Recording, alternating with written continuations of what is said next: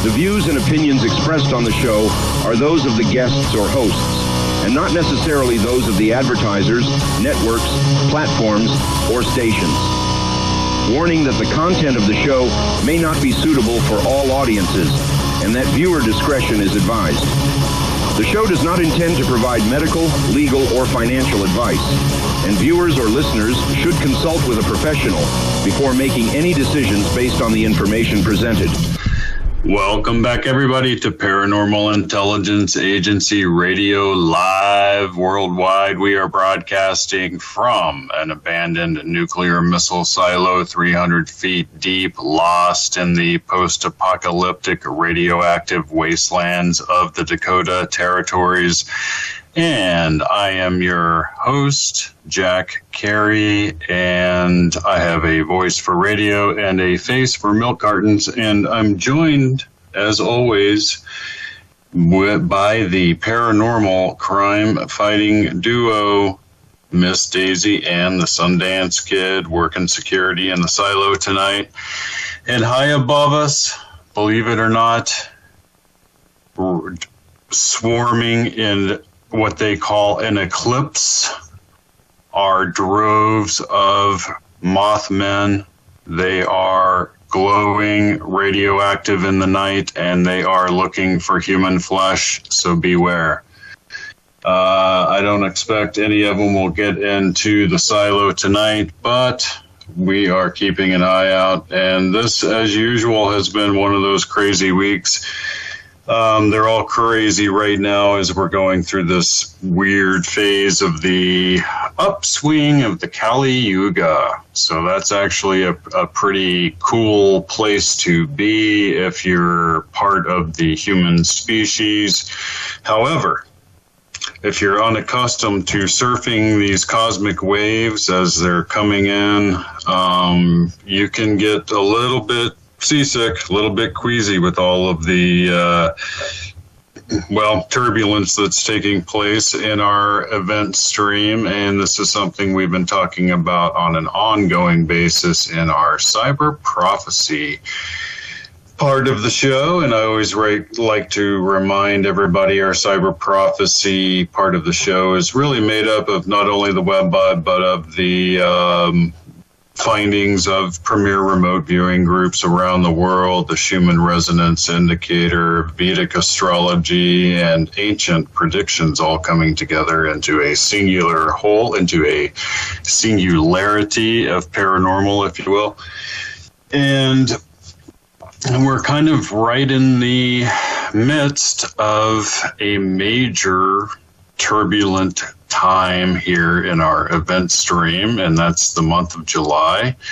We're coming up to a close on July, and that's okay because going into August, we're still going to have quite a bit of stuff taking place, but it's not going to be quite as stressful as a lot of stuff that occurred in July.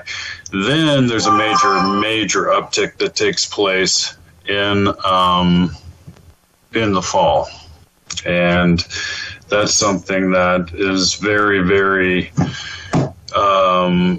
interesting because, as we'll see tonight, there's a lot of good stuff happening on paranormal in the news that is going to sort of come to play in the fall. It was just announced last couple of days that there's going to be yet another UAP hearing by the Congress and the Senate. The Senate Intelligence Committee and the Committee for, I believe, their Armed Forces Committee, something like that, are both having them.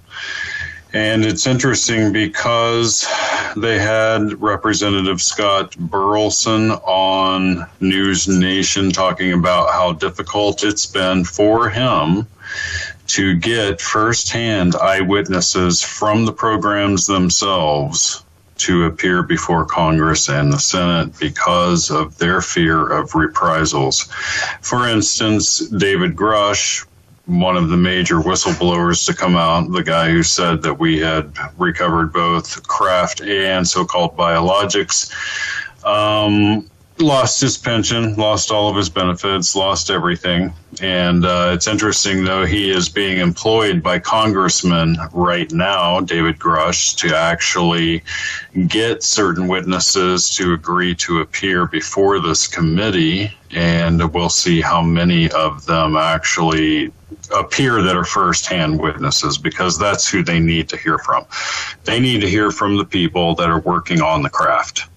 They need to hear from the people that are working on the alien bodies, the actual scientists that are there every day with the bodies and with the craft. That's who they need to hear from for anybody to begin to fully accept it, because, you know, I'll remind our listeners that along with disclosure of all of this kind of stuff comes a severe amount of ontological shock, something Whitley Strieber talked about in an interview this week, and we're going to get to a lot of what Whitley Strieber had to say this week. Was fascinating in the context of last week's conversation dealing with Skinwalker Ranch and the Demiurge, and it also leads us into a lot of other fascinating ideas and discoveries. You know, I went down an exotic, very strange rabbit hole this week dealing with holographic universe theory, and we're going to be discussing some of that tonight. It really kind of, as usual, all bleeds together into a singular whole. But getting back to our cyber prophecies, we're right in that in the throes of when you're going to see major economic change take place too. Interestingly enough, the Webbot has long predicted a point of financial turmoil that takes place right before things like cryptocurrency sort of take over economies, and they become the accepted form of like currency, etc. So it's interesting then that the Congress and the Senate and the President signed into law three new bills dealing with cryptocurrency.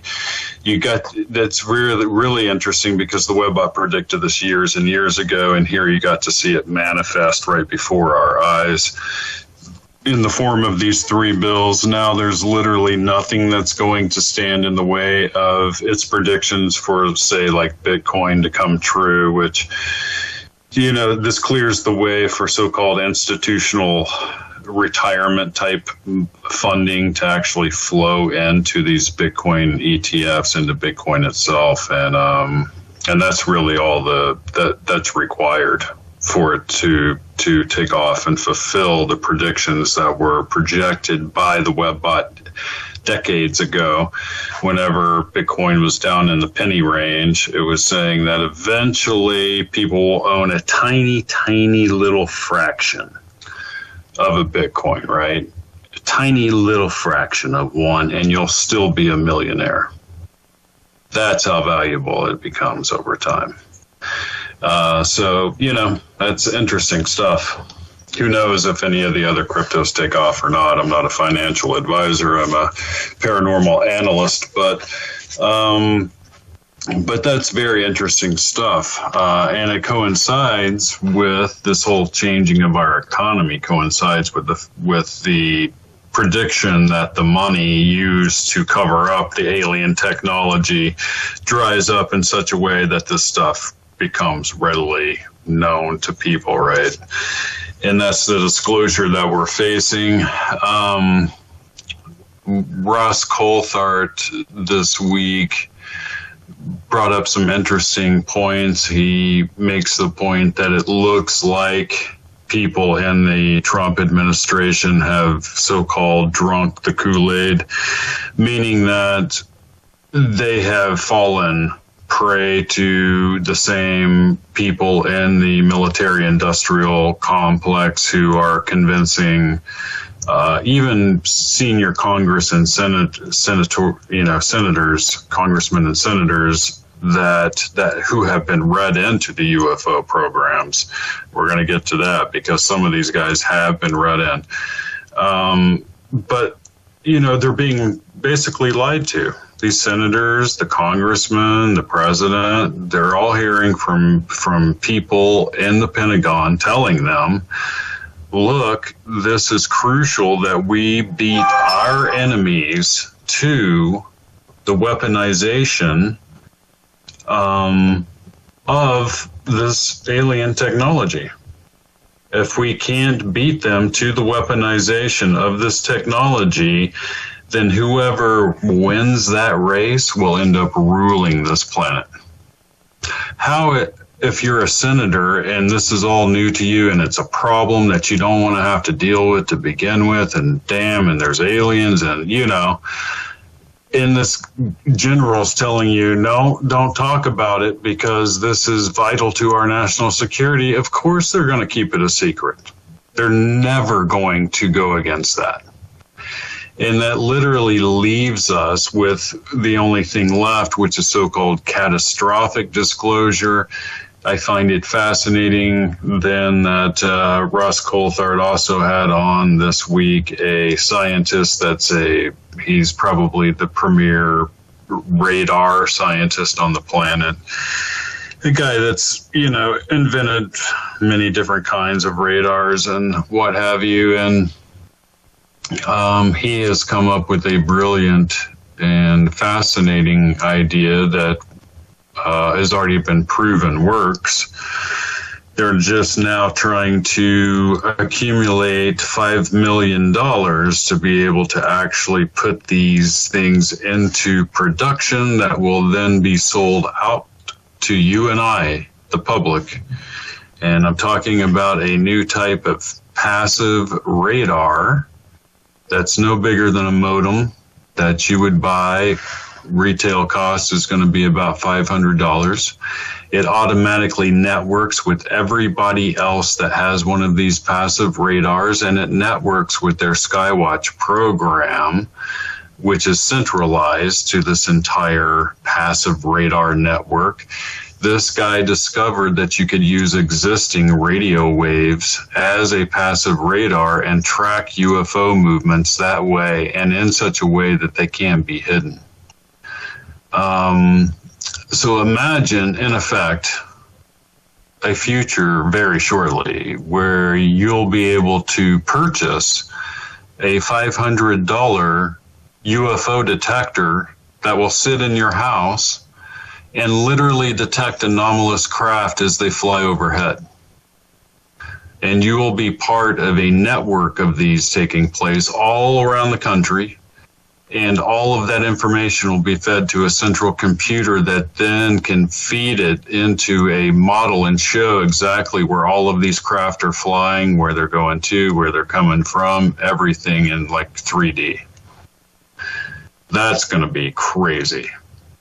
And there's really, unless the government, he says, government officials have not stepped in yet to discuss this matter, and he doesn't think that they will for whatever reason. He has a couple of theories as to why he's not been approached by the guys in black suits about it, but maybe they don't think it'll work, or maybe they think they'll not be able to raise the money to be able to actually produce these things. I don't know, but it is fascinating if they're able to get it off the ground. And it is, actually used by the public. That would fulfill the Webbot prediction that true disclosure comes about from the populace itself. It doesn't trickle down from the top. It actually comes from the population, and the population then begins to spontaneously make all kinds of changes that can no longer be controlled by the top. That's really how it describes it in a nutshell. That's the easy way to describe it.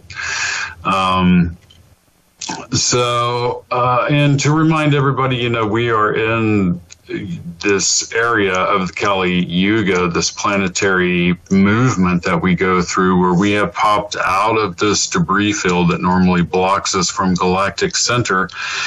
And now we're getting bombarded with these rays, and it's causing all kinds of change to occur and take place. And these are the times when you're on the upswing of the Kali Yuga. Eventually that leads to the top of the cycle, and the top of the cycle is like another golden age. So, yeah, that's not so bad. But today is a major holy day. And our main topic is going to be the fact that today is the day of the Bado, guys. This is a major day at the PIA. We celebrate it every single year. This is the day when the Dogon tribe of Western Africa, who weren't discovered until 1935 by two French anthropologists, believe that special signals emanate on this day from the star system Sirius, because there's actually Sirius A, B, and C. But special signals emanates from there, and these special signals actually interact with our star, and our star then interacts with our planet on a vibratory and energetic level, and it literally alters biological life on this planet. In other words, you might be seeing the very mechanism, or they're describing the very mechanism through which biological evolution takes place throughout the universe. And so what we're going to talk about tonight is that idea as our main topic, because it is July 23rd and today is that day. And so maybe you feel some energy out there, maybe you don't. But you have to remember that this tribe, this Dogon tribe of Western Africa, are a Stone Age tribe. They possessed detailed mathematical, astronomical knowledge about the Sirius star system that wasn't even proven true until the 1970s, when a very powerful telescope for our time period, or that time period, was invented to prove, or wasn't invented to prove, but it ended up proving that what they were telling these anthropologists was real and was the truth. And so we have to ask ourselves the question, much like the book, The Sirius Mystery, in which you can find all of this information. We have to ask ourselves, how is it that a Stone Age tribe came by detailed astronomical, mathematical information regarding the Sirius star system that our astrophysicists didn't even know about? And what's really interesting is that it was their lineage they were genetically tested, and they traced their lineage back to ancient Egypt. Now, these two French anthropologists made friends with the holy men of the tribe. And the holy men of the tribe began to initiate them into their religious beliefs, in which they said that all of their knowledge came to them by way of non-human beings that they referred to as the nomos. Now, it's very interesting because the nomos were said to be an aquatic alien life form. And what are we seeing today all over the world, constantly reported nonstop? We are seeing USO reports, underwater submerged objects that are constantly coming up out of the ocean, flying around our nuclear-powered craft, flying around our nuclear installations, etc., and returning to the ocean again. And you know, the Dogon have a belief that the Nomos would return one day. And they call that day the Day of the Fish. And we'll talk about that too. But Today is the day of the Bado, and, I came across this other exotic rabbit hole that we're also going to discuss that has perhaps a lot to do with all of this. And that is this whole idea of a holographic universe. Now, all of this fits into the holographic universe. We're going to talk about that. That's something very fascinating. There's a famous game designer that's out there in the world, and let's see if I can come up with his name. His name is Rizwan Virk. Strange name, but he's from like India, or his family's from like India. So, but this guy was, a Silicon Valley guy that hit it big and designed video games and still does, and he's a major success in all of that. And he's come out on a few podcasts talking about how really what they seem to have discovered by developing ever more realistic video games is what appears to be an underlying code to our reality matrix. In other words, it's really beginning to look like our reality as we perceive it to be is actually a simulation of some kind being run by another life form.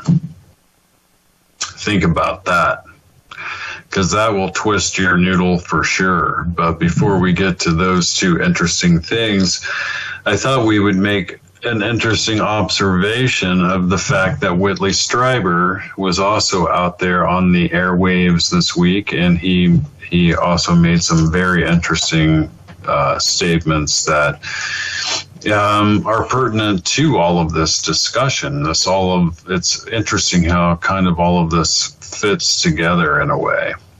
So, but Whitley Strieber, in his abduction experiences, refers to what we would call aliens simply as the visitors. And he reiterated that during a recent interview, and the fact that he's not sure if from another planet. In fact, he has kind of an altogether different idea that we're going to examine. And, I didn't know it, but these abduction experiences were so real and they happened so often that he was actually able to take people that he knew to that remote cabin, talking about Whitley Strieber, who wrote the world famous 2 million copies sold Communion, dealing with all of this.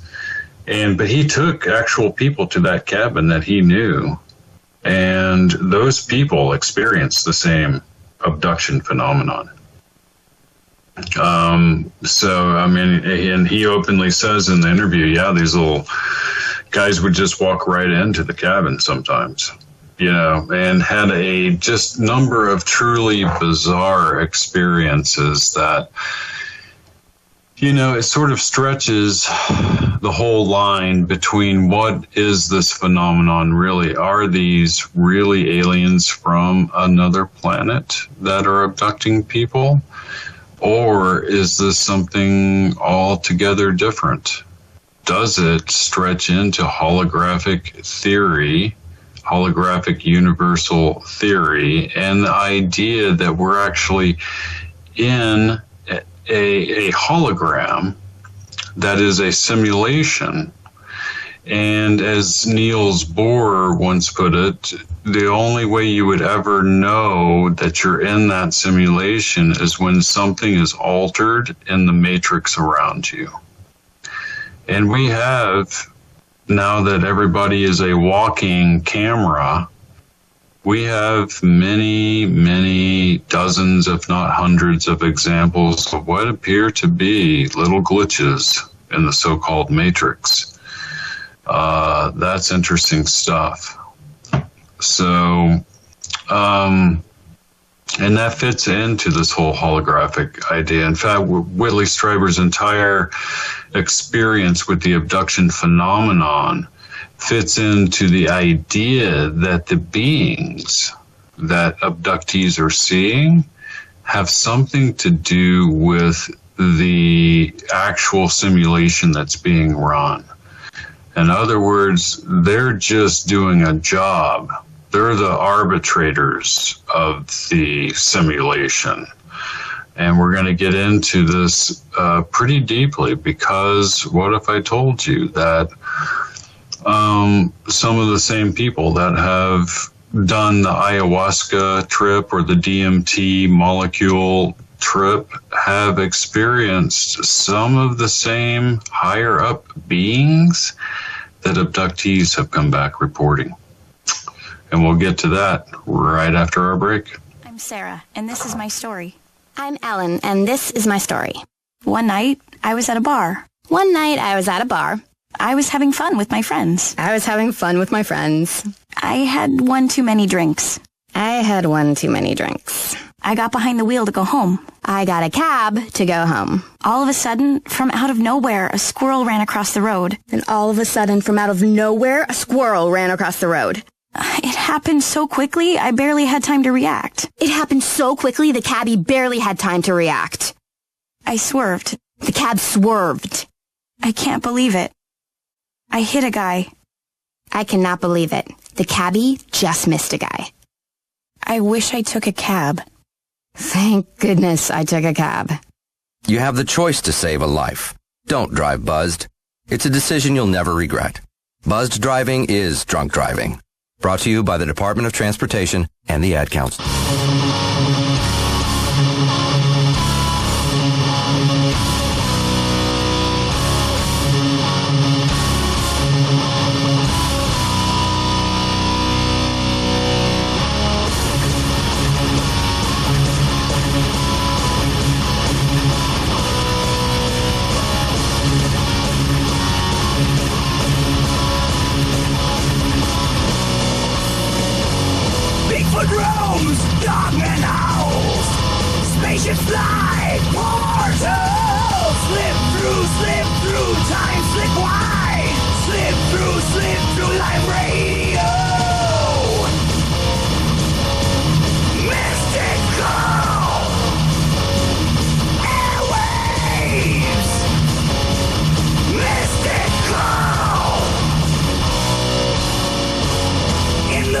Shadows creep, monsters leave. In the woods, strange voices. Shadows creep in the woods, monsters leave. In the woods, bright noises. Mystical. Airwave mystical. Mystical. UFO. Alien overlord.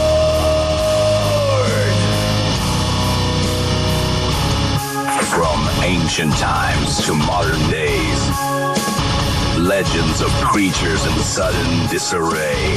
Hear them speak through frequencies. Alien connections.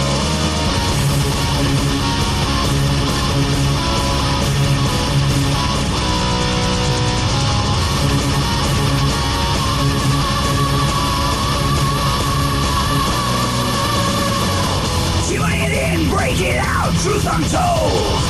Tune it in, cosmic mystery. Dark woods where legends breathe. Paranormal whispers, can you believe? Bigfoot strikes through the veils. Dogman howls in the midnight tale. From the static, revelations pour.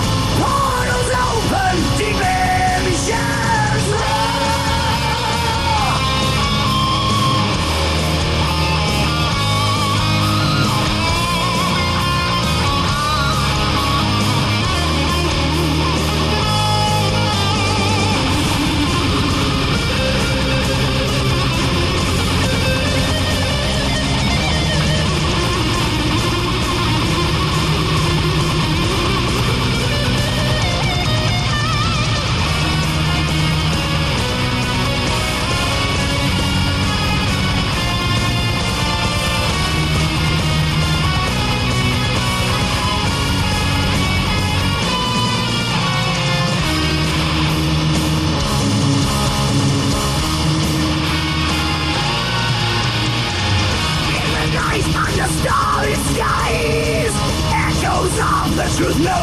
skies.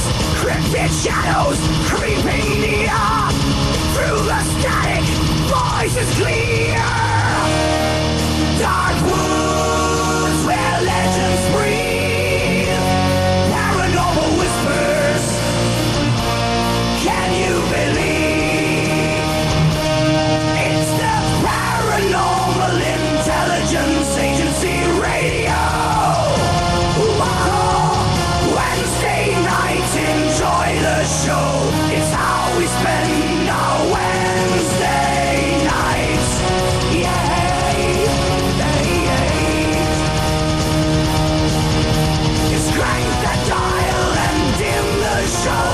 It's how we spend. Welcome back, everybody, to Paranormal Intelligence Agency Radio Live, and I am your host, Jack Carey, your tour guide to the Twilight Zone, and we are discussing yet another crazy line of evidence, crazy rabbit hole.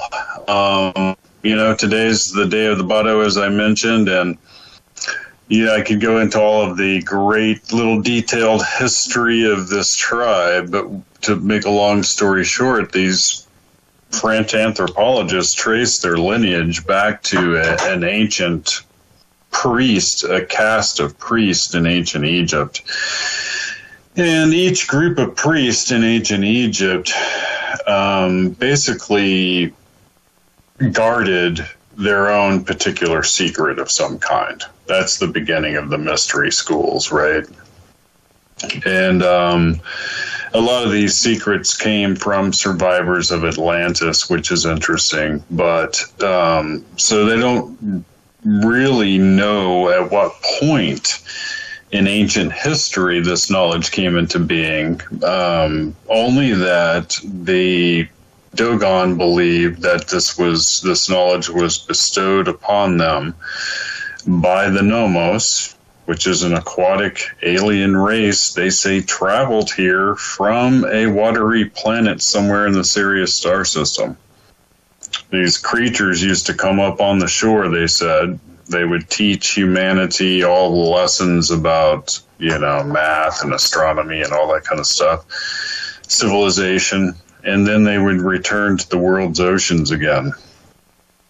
I find that truly fascinating because one of the major cyber prophecies is that over the course of this year, much of the world's attention will be turned to the world's oceans and the idea that there are vast numbers of aliens living there, right?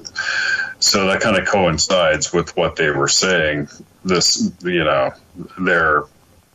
whole event that occurred to them.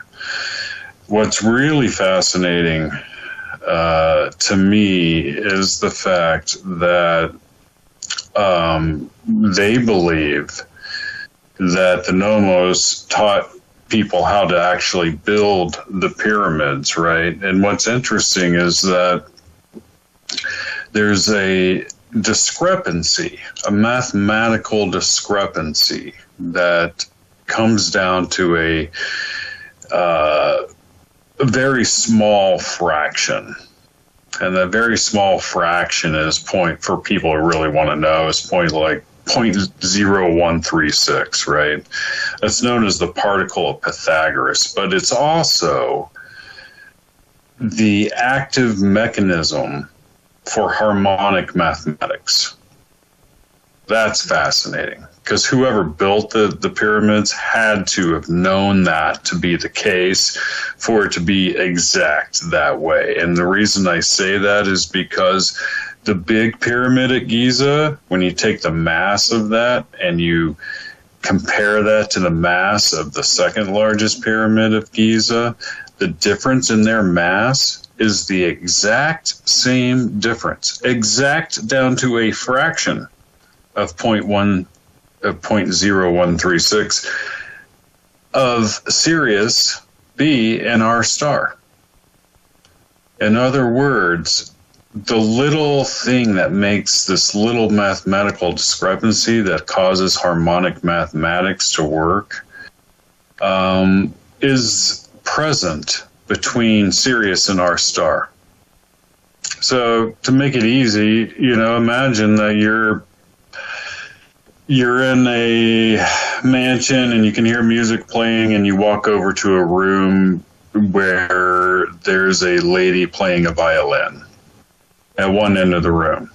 And at the other end of the room, there's a piano with the top propped open.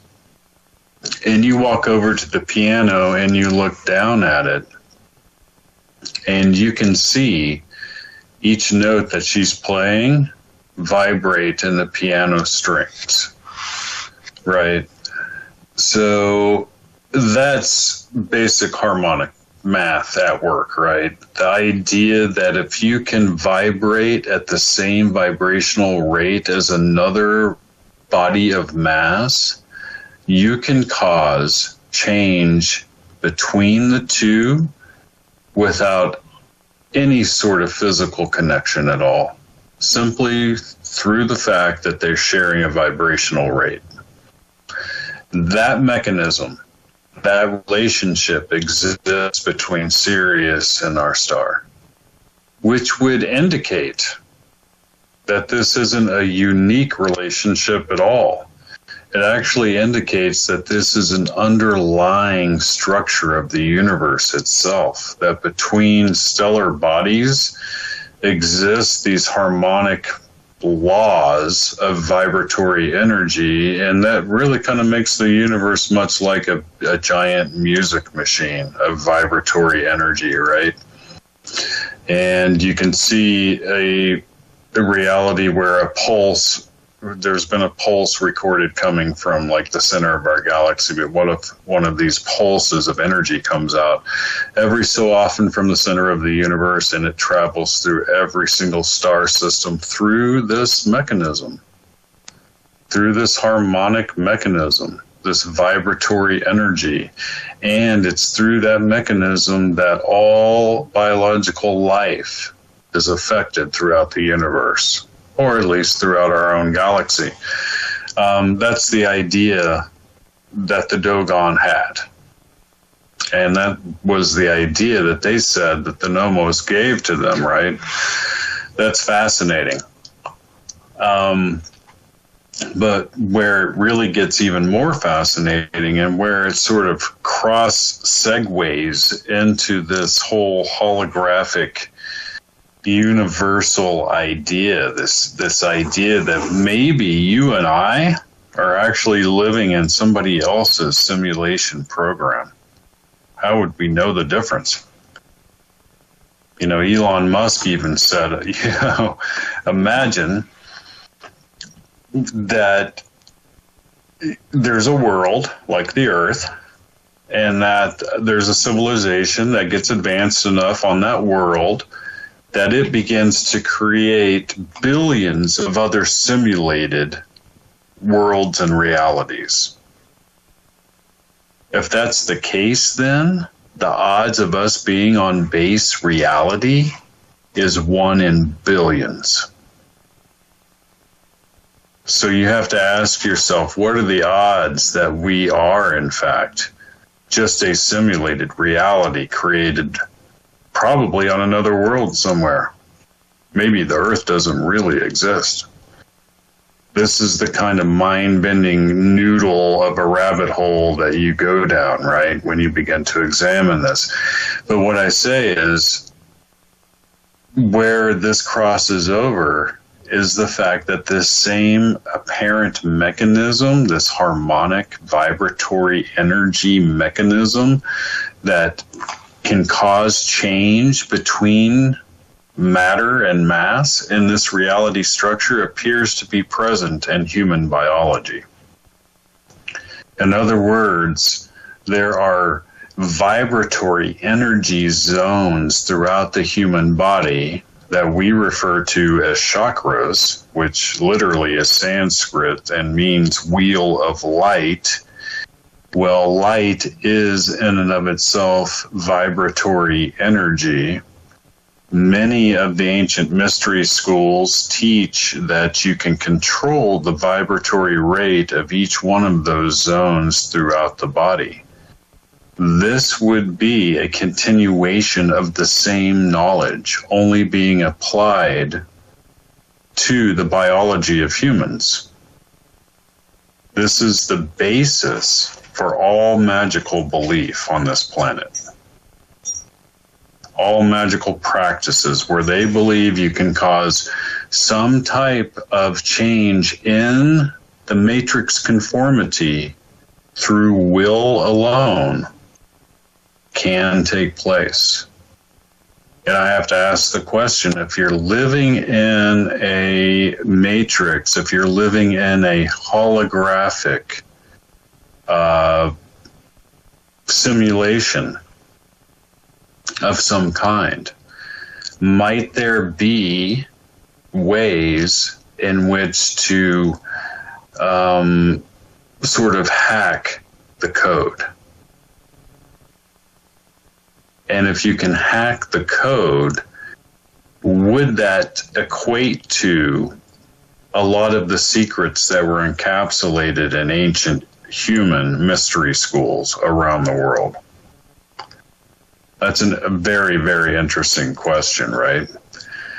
But here is where we enter into really crazy zone, because this ties back into Whitley Strieber this week.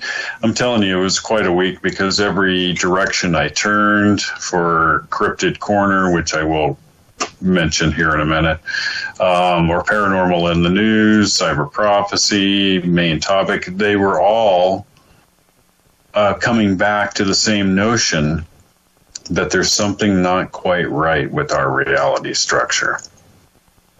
Our perception of reality is skewed. And even Plato wrote about the cave, the allegory of the cave, in which he believed the reality that we all see is like people sitting in a cave watching shadows on the wall. Every once in a while, somebody gets tapped on a shoulder and they look around, or they realize that there's something causing the image, and they look around and see a light cracking through, and they make their way up out of that cave. And those are the people that are enlightened, right? So this idea that we're living in some sort of carefully constructed illusion goes all the way back into ancient times. Even goes all the way back to the Gnostics, who believed that this reality was actually created by something that nobody really suspects, something that we would find nefarious. So that's interesting perspective on all of this. But what if the simulation, let's entertain this notion that the simulation is being run, that we are inside that simulation, that it was constructed by what we would consider to be a non-human intelligence, right?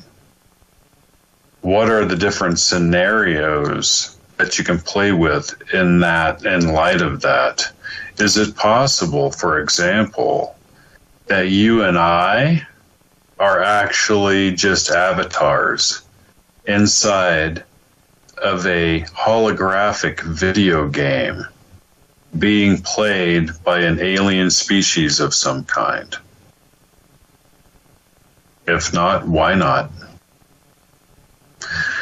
What if I told you that Whitley Strieber this week said that he got the feeling that the visitors of all of his abduction experiences were somehow arbitrators of this very thing, that they were outside the hologram, that they were like in the movie The 13th Floor, for instance, for movie fanatics out there, you'll know what I'm talking about, or Philip K. Dick's The Man in the High Castle, for example, the idea that there could be multiple timelines and multiple universes, all of that. But he got the feeling that the visitors were outside of our ideas of time and space. right? That's interesting because in the abduction phenomenon, many, many abductees have come back saying that the little gray beings that actually took them from their home or from a wooded location, etc., and brought them on board an alien craft were actually being instructed to do so by what appear to be what they describe as being praying mantis-like beings, right? Well, what if I told you, and these praying mantis beings, by the way, they're the bosses. They give the orders, the little gray beings carry out those orders, and everybody appears to just be doing a job. In other words, there doesn't appear to be any sort of malevolence taking place. I also might add, before I move on to this other little shocking factoid, is that during the abduction, these beings, these little gray beings, have the ability to basically remove the lens, because those big black oval eyes that's actually a lens covering the real eye. When they take that off, they can peer into your eye and they can seize the optic nerve to your brain. They then can project images into the optic nerve like you were really seeing them. It's because of that they can overlay images onto memory. I have to ask you, what are the odds that some alien species living off in the vast darkness of the universe somehow evolved an ability to seize the optic nerve of the human species? In other words, what I'm getting at is these beings had to be created to do exactly what they are doing, or there's some sort of relationship here that we're not quite understanding. And I don't believe that they're time travelers from the future, humans that have come back because we somehow bred ourselves out of existence. That really doesn't fit the puzzle pieces. But what if I told you that people taking ayahuasca and DMT have come across identical praying mantis beings? And to them, the praying mantis beings appear to be arbitrators of this, whatever it is, the simulation, this hologram, this reality, carefully constructed, illusory reality matrix that we're in, right? But what are the odds that abductees, completely independent of people that were seeking some sort of psychedelic enlightenment, come back reporting the same beings? And a lot of people that have done, ayahuasca and DMT come back reporting, saying that they have seen the actual grid lines of the matrix itself. What does that tell us? Strieber went on to say in his interview that he suspects that we're in some type of prison. It's a holographic prison of some kind. And as I stated earlier, now that the cell phone is literally embedded in the hand of every single human being, and it seems like all around the world, we are all walking cameras. So the programmers, let's call them that, I like that, the programmers aren't perfect. Their coding doesn't appear to be perfect. And there's little glitches that show up. And we're calling those glitches in the Matrix, right? Just like in the Matrix films, just like in the 13th Floor, just like in Man in the High Castle, and Philip K. Dick's well, I forget if he wrote the 13th floor or not, but in the 13th floor, they asked the question, when is one of these guys going to crawl up the extension cord and strangle their god to death? Right? And is that the human species? Are we eventually going to make our way out of this prison of a hologram, if that's what it is, this simulation? It could be, and, this game designer brought this up, that they could restart the simulation over and over again. It could be that you have really strange memories that didn't really happen because it was part of another simulation. Think about that. You might actually be appearing in a number of different simulations, all taking place simultaneously. With you have a little bit of ability to say to choose this or that path, but there's always going to be certain highlights in the journey as a character within that particular simulation. And that calls into questions, philosophical questions of determinism, and a lot of religious questions about what created the universe itself. What if I told you guys that not long ago, the James Webb telescope, took a picture of like billions of galaxies. It was the biggest picture of galaxies ever taken. And it's cool to look at because when you look at it, you think to yourself, wow, that's a lot of stars. No, those are all galaxies, and every one of those galaxies has billions of stars in it. Right? That's how tiny we are. Tiny little speck of nothing dust in the middle of nowhere, if we are to believe what we are seeing, right?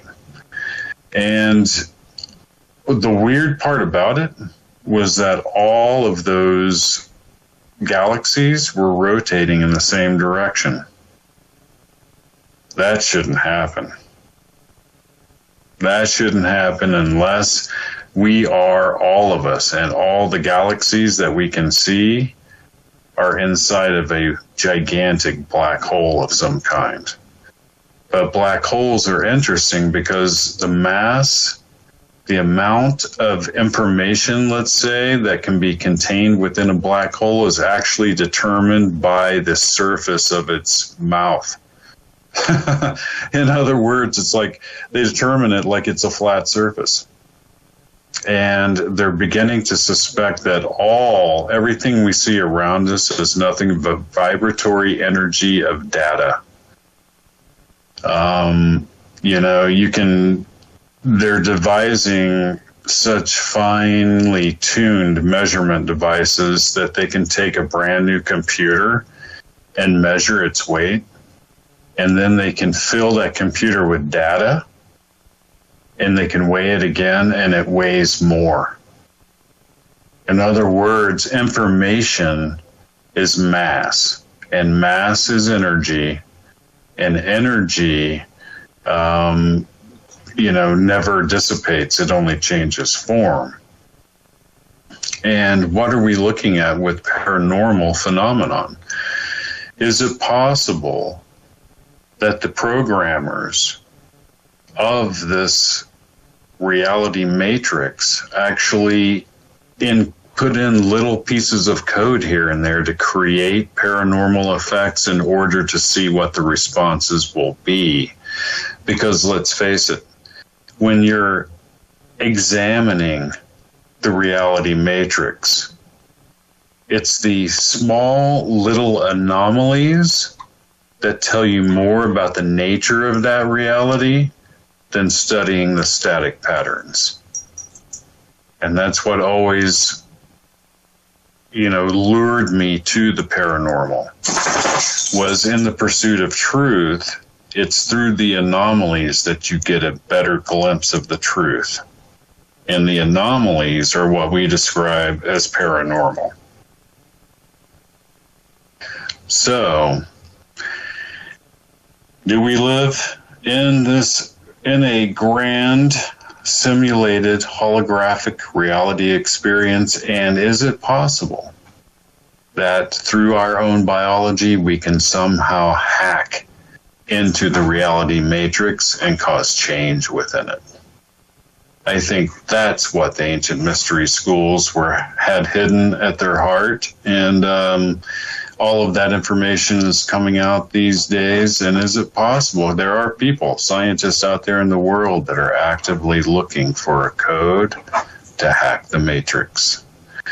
And we will jump down another rabbit hole next week, Wednesday, 7 p.m. Central. Stay tuned for Vixen's Vault. I'll see you next week.